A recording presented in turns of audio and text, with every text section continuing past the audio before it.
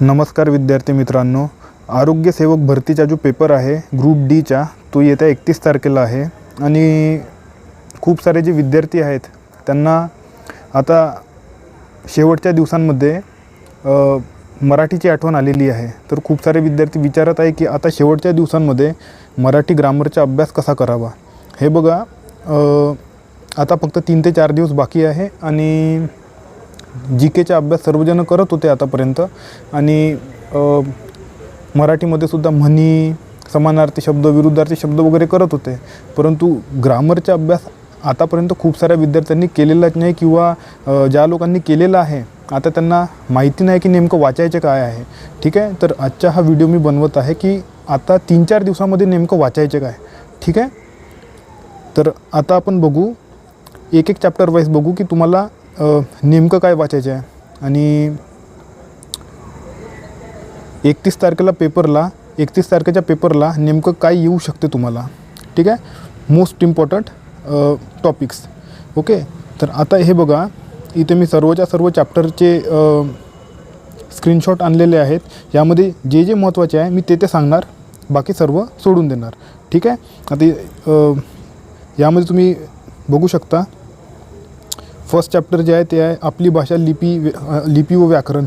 यामध्ये काही तुम्हाला विचारणार नाही जास्त, यामध्ये फक्त इंट्रोडक्शन असते, काय आहे मराठी भाषा, उद्गम कुठून झाला वगैरे वगैरे असते यामध्ये। तर जास्तीत जास्त तुम्हाला काय विचारू शकते की बाबा मराठी भाषा कोणत्या लिपीमध्ये लिहिल्या जाते। ठीक आहे, असं वगैरे प्रश्न आला तर आला, नाहीतर येणारसुद्धा नाही। ठीक आहे, महत्त्वाचे काय आहे यामध्ये, तर मेन इथून सुरू होतं वर्णविचारमधून। वर्णविचार म्हणजे वर्णमाला। आता तुम्हाला हे करायचं आहे की वर्णमालामध्ये जेही तुम्हाला स्वर किती आहेत, इथे बघा स्वरांचे प्रकार वगैरे दिले आहे, तुम्हाला स्वर किती आहे, व्यंजन किती आहे, स्वरादी म्हणजे काय, हे सगळं वाचून जायचं आहे। ठीक आहे ना, स्वरांचे प्रकार, व्यंजनांचे प्रकार हे वगैरे करायचे नाही, फक्त आणि फक्त स्वर किती, कोणते कोणते स्वर आहे ते पाठ करून जायचे। जसं की अ आ इ ई उ हे सगळे स्वर असतात। व्यंजन म्हणजे क ख ग ग ड वगैरे हे सगळे व्यंजन असतात। स्वरादी म्हणजे काय, ठीक आहे, हे सगळं करून जायचं फक्त तुम्हाला। ठीक आहे, व्यंजनाचे प्रकार कोणते आहे, काय आहे हे वगैरे करून जायचं नाही। ठीक आहे ना, फक्त व्यंजन किती आहेत, कोणते कोणते आहेत ते लोक तुम्हाला डायरेक्ट प्रश्न विचारतील, खालीलपैकी व्यंजन कोणते। मग तिथे येतील अ आ क ख, म्हणजे अ आ ई आणि क असं देतील आणि म्हणतील खालीलपैकी व्यंजन ओळखा। मग तुम्हाला व्यंजन ओळखता आलं पाहिजे। ठीक आहे, किंवा असा प्रश्न विचारतील की खालीलपैकी स्वर कोणते। ठीक आहे, देतील क ख ग आणि ई, तर तुम्हाला स्वर ओळखता आले पाहिजे। फक्त एवढंच करा, प्रकार वगैरे करू नका। ठीक आहे ना, आता तेवढा वेळ नाही आहे, केलं तरी तुम्हाला लक्षात राहणार नाही आणि पेपरमध्ये ते येण्याचे सुद्धा चान्सेस खूप कमी आहेत। ठीक आहे, आता वर्णविचार चॅप्टर नंबर 2।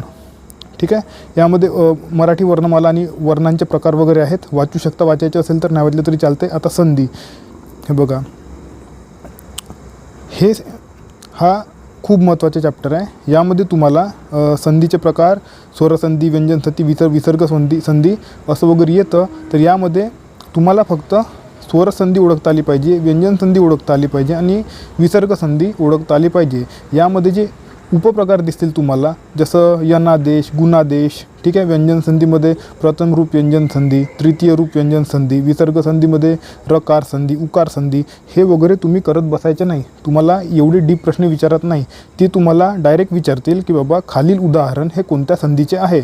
मग त्यामध्ये तुम्हाला 3च ऑप्शन देतील, 3 किंवा 3 ऑप्शन देतील, यापैकी स्वरसंधी, व्यंजनसंधी, विसर्गसंधी यापैकी नाही, किंवा इतर कोणतेही काही टाकून देतील ते।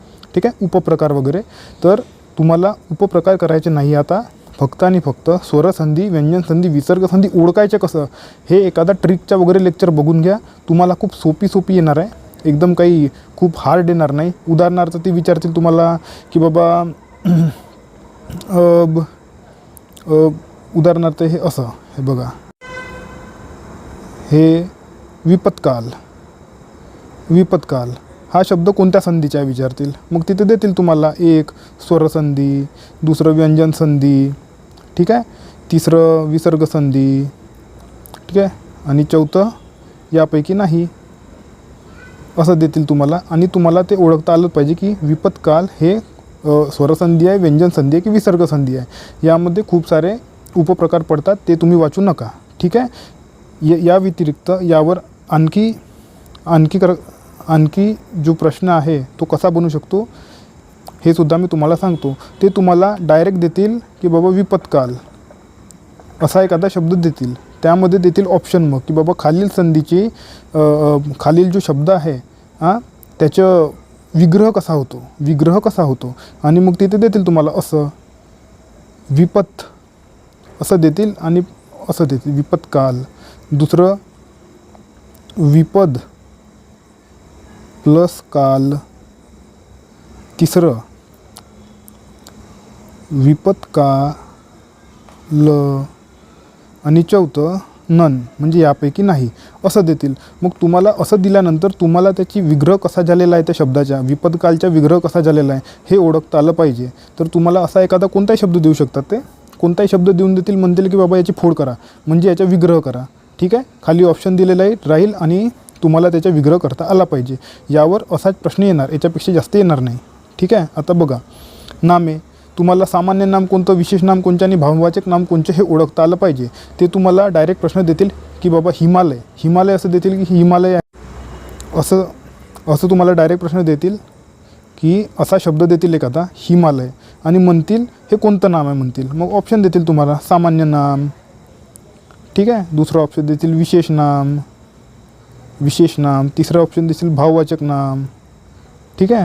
आणि चौथा ऑप्शन देतील यापैकी नाही असं देतील. तर तुम्हाला हे ओळखता आलं पाहिजे की हिमालय हे सामान्य नाम आहे, विशेष नाम आहे की भाववाचक नाम आहे. ठीक आहे की आणि यामध्ये सुद्धा उपप्रकार वगैरे असतील काहीतरी आतमध्ये खूप सारं. तुम्ही जे पुस्तक वाचत असाल त्यामध्ये खूप काही लिहून असेल ते वाचायचे नाही. फक्त आणि फक्त सामान्य नाम, विशेष नाम आणि भाववाचक नाम कसं ओळखायचं हेच फक्त लक्षात ठेवायचं. आणि त्याच्यामध्ये ट्रिकचे वगैरे काही लेक्चर असतील ते बघून द्या. याच्यावर असाच प्रश्न येणार, याच्यापेक्षा जास्त काही ते लोक विचारणार नाही. ठीक आहे. आता बघा काय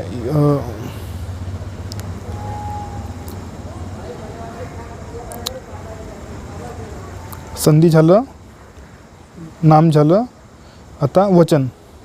ठीक आहे. वचन करून जायचं. वचन म्हणजे एक वचन, अनेक वचन. ठीक आहे. हेच असते, सिंपल आहे. एक वचन, अनेक वचन तुम्ही लहानपणीपासून शिकत आले. ठीक आहे. यावर तुम्हाला ते डायरेक्ट प्रश्न विचारतील असा की बाबा खालीलपैकी म्हणजे कोणताही एक शब्द देतील. विटा हे एक वचन आहे की अनेक वचन आहे, देतील एक वचन, अनेक वचन. ठीक आहे. यापैकी नाही असं काहीतरी देऊन देतील ते तुम्हाला. यावर वचनावर एखादा प्रश्न विचारतात नेहमी ते, आणि नॉर्मली खूप थोडंसं कठीण वगैरे टाकतात. उदाहरणार्थ असा सुद्धा प्रश्न विचारतात ते की खालीलपैकी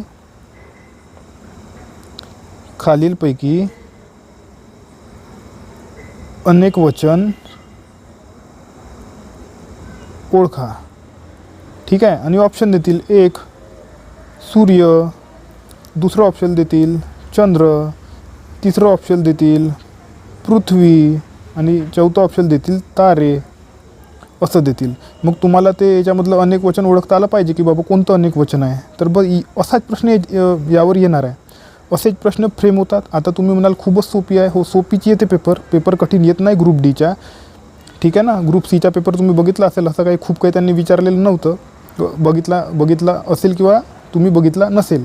ठीक आहे. कोणतेही तुम्ही ग्रुप सी किंवा डीचे पेपर देता, जास्त विचारत नाही कठीण. डीमध्ये तर एकदमच सोपे विचारतात. आता विभक्तीमध्ये काय करायचं आहे तुम्हाला, विभक्तीमध्ये ते कारकार्थावर प्रश्न विचारत नाही. ठीक आहे. आता तुम्हाला जर माहीतच नसेल विभक्ती म्हणजे काय असते, लहानपणीपासून कधी ऐकलंही नसेल तर तुम्हाला सांगतो. विभक्ती चॅप्टरमध्ये 2 प्रकारचे प्रश्न विचारतात. एक तर विभक्तीचा प्रकार ओळखा किंवा कारकार्थ ओळखा. ठीक आहे ना. कोणता, एक तर प्रकार ओळखा विभक्तीचा, दुसरा कारकार्थ ओळखा. कारकार्थ ग्रुप डीच्या पेपरमध्ये कारकार्थ ओळखायला येत नाही, फक्त आणि फक्त विभक्तीचा प्रकार ओळखा म्हणून सांगतात. तर विभक्तीचे प्रकार तुम्ही करून जा. कोणते बी पुस्तक घ्या, त्यामध्ये ऑप्शनमध्ये तुम्ही ऐकलं असेल लहानपणीपासून सल्लाते, सल्लानाते, नेशी, निशीही, चाचीचे आहे ना, ऊन हून वगैरे वगैरे. तर ते सगळं पाठ करून जायचं. इन शॉर्ट, प्रकार कसा ओळखायचा, प्रथमा विभक्ती आहे, द्वितीय विभक्ती आहे, तृतीय विभक्ती आहे, चतुर्थी विभक्ती आहे की पंचमी आहे, हा प्रकार कसा ओळखायचा फक्त एवढंच करून जा. हे तुम्हाला अर्धा तास लागेल पूर्ण पाठ करायला ते मे बी, ठीक आहे. आणि तुमच्या 1 मार्क पक्का होऊन जाणार. ते तुम्हाला डायरेक्ट प्रश्न विचारतील की बाबा असं एखादं सेंटेन्स देऊन देतील की बाबा रामाने, ठीक आहे, आंबा खाल्ला, असं एखादं सेंटेन्स देतील. त्यामध्ये रामाने ते लोक असं करून टाकतील अंडरलाईन, आणि मग म्हणतील की वरील वाक्यातील अंडरलाईन जे शब्द आहे, अंडरलाईन शब्द जो दिलेला आहे, अधोरेखित शब्दाची विभक्ती ओळखा असं देतील ते, अधोरेखित शब्दाची विभक्ती ओळखा. आणि मग तुम्हाला ओळखता आलं पाहिजे तृतीय आहे, चतुर्थी आहे, पंचमी आहे, कोणती आहे. तर ते तुम्ही करून जा, ठीक आहे ना. फक्त प्रकार करा, कारकार्थ करू नका, कारकार्थ विचारणार नाही तुम्हाला, ठीक आहे. फक्त प्रत्ययावरून कर. हे बघा इथं प्रत्यय आणि सामान्य रूप वगैरे दिलेलं आहे, जास्त वाचायचं नाही, मी सांगतो तेवढंच करा. विभक्ती कशी काढायची, ठीक आहे, प्रकार कसा ओळखायचा तेच करा. अर्ध्या तासात होते तुमच्या पूर्ण चॅप्टर. आता सामान्य रूप हे नाही आहेत, हे नका करू. सर्वनामे, सर्वनामांचे प्रकार, सर्वनामांचे वचन विचार, सर्वनामांचे विभक्ती विचार, इथे फक्त सर्वनामांचे प्रकार करून जायचं. प्रकार कोणते कोणते आहेत, कसे कसे ओळखायचे, फक्त तेवढं करून जा, ठीक आहे. त्यामध्ये सुद्धा काही डीप करू नका एकदम, फक्त प्रकार कसे ओळखायचे तेच करून जा. प्रश्न येणार यावरच येणार, ठीक आहे. आता लिंग विचारा वगैरे, वचन विचार, विभक्ती विचार वगैरे प्रश्न येत नाही, ठीक आहे ना. आता विशेषण, विशेषणवर विशेषणाचे प्रकार एवढंच वाचून द्यायचे. विशेषणाचे कोणते प्रकार आहे, किती प्रकार आहे, यावर तुम्हाला थोडा वेळ लागेल, ठीक आहे, परंतु हे करा. यावर प्रश्न विचारू शकतात, वरवरच प्रश्न विचारणार, जास्त डीप प्रश्न नाही विचारणार, ठीक आहे. कोणतंही एक सेंटेन्स देऊन देईल आणि मग म्हणतील की बाबा विशेषणाचा प्रकार ओळखा. कोणतेही सेंटेन्स देतील, अधोरेखित करतील, ठीक आहे, आणि म्हणतील की विशेषणाचा प्रकार ओळखा. अधोरेखित करण्याची सुद्धा गरज नाही आहे, ते डायरेक्ट एखादा सेंटेन्स देतील आणि म्हणतील की बाबा खालील वाक्यातील विशेषणाचा प्रकार ओळखा, ठीक आहे. तर विशेषणाचा प्रकार करून जा. आता क्रियापद विचार, क्रियापद विचारांमध्ये क्रियापदाचे प्रकार करून जा फक्त, ठीक आहे. फक्त क्रिया, आणि त्यामध्ये सुद्धा डीप करायचं नाही एकदम, ठीक आहे. सकर्मक क्रियापद, अकर्मक क्रियापद करून जा, ठीक आहे. बाकीचे जे आहे, बाकी खूप आहे त्यामध्ये, ते करण्याच्या भानगडीत तुम्ही पडू नका, ठीक आहे. सकर्मक क्रियापद, अकर्मक क्रियापद करून द्यायचं. आणि आणखी काही काही प्रकार असतील सोपीवाले, तेच तुम्ही करून जा फक्त. बाकीचे प्रकार तुम्ही करायचे नाही, प्रश्न येतही नाही क्रियापदांवर, ठीक आहे ना. आणि प्रश्न जे ग्रुप अ अजून ग्रुप बचे जे एक्झाम होतात, जसं राज्यसेवेचा पेपर झाला, कंबाईनचा पेपर झाला, त्यामध्ये हे जे आहे हॉट टॉपिक असतो. बाकी ठिकाणी क्रियापदांवर वगैरे प्रश्न विचारत नसतात, मुळात ते खूप कमी विचारतात. तर सकर्मक आणि अकर्मक क्रियापद कसं काय ओळखायचं, फक्त ते करून जा तुम्ही तिथे, ठीक आहे ना. ते डायरेक्ट प्रश्न विचारतील तुम्हाला की खालील वाक्य हे सकर्मक क्रियापद आहे की अकर्मक क्रियापद आहे वगैरे वगैरे प्रश्न ते विचारू शकतात. आलाच तर, ठीक आहे. आता काळ हा चॅप्टर महत्त्वाचा आहे. यामध्ये खूप सारे उपप्रकारसुद्धा येतात, ते करायचे नाही. फक्त आणि फक्त तुम्हाला इथे सांगतो, वर्तमान काळ, भूतकाळ, भविष्यकाळ आणि रीतीमध्ये रीती वर्तमान काळ येतो, रीती भूतकाळ येतो आणि रीती भविष्यकाळ येतो. हे रीती महत्त्वाचे आहे, हे करून जा. कारण भूतकाळ, भविष्यकाळ आणि वर्तमान काळ सर्वांना ओळखता येतो. आणि ग्रुप डच्या पेपरमध्ये एकदम काही खूप कठीण विचारत नाही. मागे कोणता तरी पेपर झाला होता, तर त्यामध्ये त्यांनी काय विचारलं होतं की रामाच्या आंबा खाऊन झाला, असा काहीतरी प्रश्न होता तो. एवढं तर ते एवढं सोपी असतं का, त्याचे उत्तर कोणी देतं. परंतु ग्रुप डीच्या पेपरमध्ये सुद्धा आता तुम्ही ट्रेन बघाल, रीतीवर प्रश्न यायला लागला आहे ग्रुप सीच्या पेपरमध्ये. तर डीच्या पेपरमध्ये सुद्धा रीती काळावर प्रश्न येऊ शकतो, ठीक आहे ना. रीतीमध्ये सुद्धा रीती वर्तमान असतो, रीती भूत असतो आणि रीती भविष्य असतो. हे रीती बरोबर करून जायचं, ठीक आहे. एवढंच करा फक्त, वर्तमान काळ, भूतकाळ, भविष्यकाळ आणि रीतीकाळ, ठीक आहे. हेच करून जायचं आहे तुम्हाला फक्त. बाकी जे तुम्हाला ते जेही पुस्तक तुम्ही रेफर करत असाल, त्या पुस्तकामध्ये खूप काही दिलेलं असतं, ते करायचं नाही. ग्रुप डीच्या पेपरमध्ये ते येत नाही, एवढंच येते फक्त, ओके. तर फक्त एवढं करा. आता हे बघा इथे सुद्धा दिला आहे रीती काढ, हे करायचं. ठीक आहे ना. आता यामध्ये आता क्रियाविशेषण अव्यय म्हणजे अव्यय चॅप्टर आलेलं आहे. अव्ययामध्ये तुम्हाला